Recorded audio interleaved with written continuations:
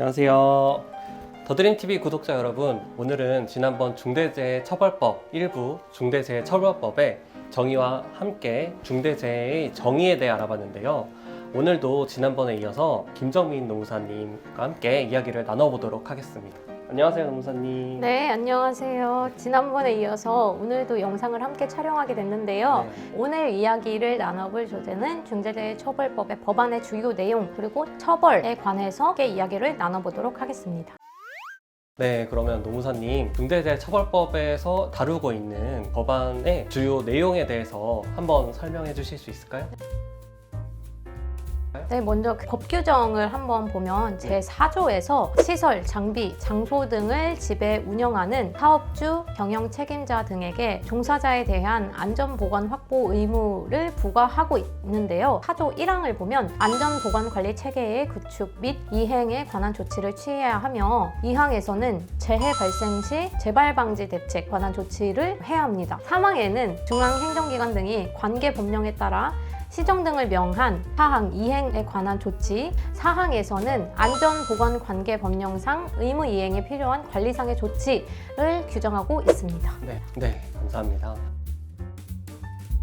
그러면 다음 이야기해볼 내용은 만약에 사업주 혹은 경영 책임자가 안전 및 보건 확보 의무를 위반해서 한 명 이상이 사망하거나 부상을 입은 경우에는 어떤 처벌을 받게 되나요? 법을 보시면 아시겠지만 사업주나 경영 책임자가 안전 보건 확보 의무를 위반해서 중대산업재해가 발생했을 때에는 사업주 그리고 또는 경영 관리 책임자에게 재해의 내용이 근로자의 사망일 경우에는 1년 이상의 징역 또는 10억 원 이하의 벌금을 부과한다고 정의하고 있고 그리고 사망 말고 이제 중대한 부상 또는 질병에 대해서는 7년 이하의 징역 또는 1억 원 이하의 벌금을 부과한다고 되어 있습니다. 그리고 오늘 끝이 아니죠?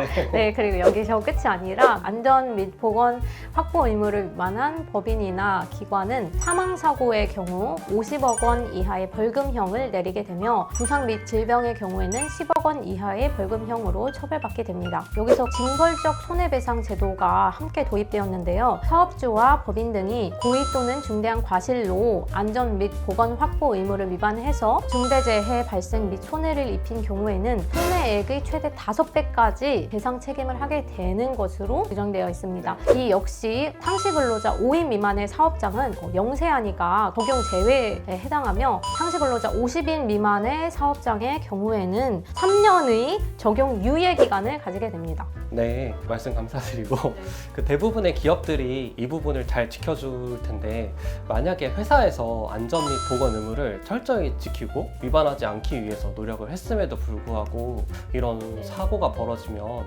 이러한 경우는 어떻게 될까요? 네, 말씀해 주신 경우는 중대재해법 제7조에서 규정하고 있는데요.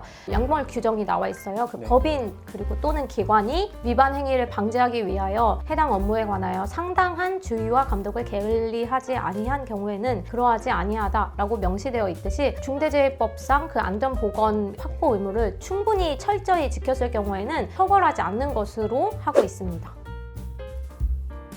네, 알려주셔서 감사합니다.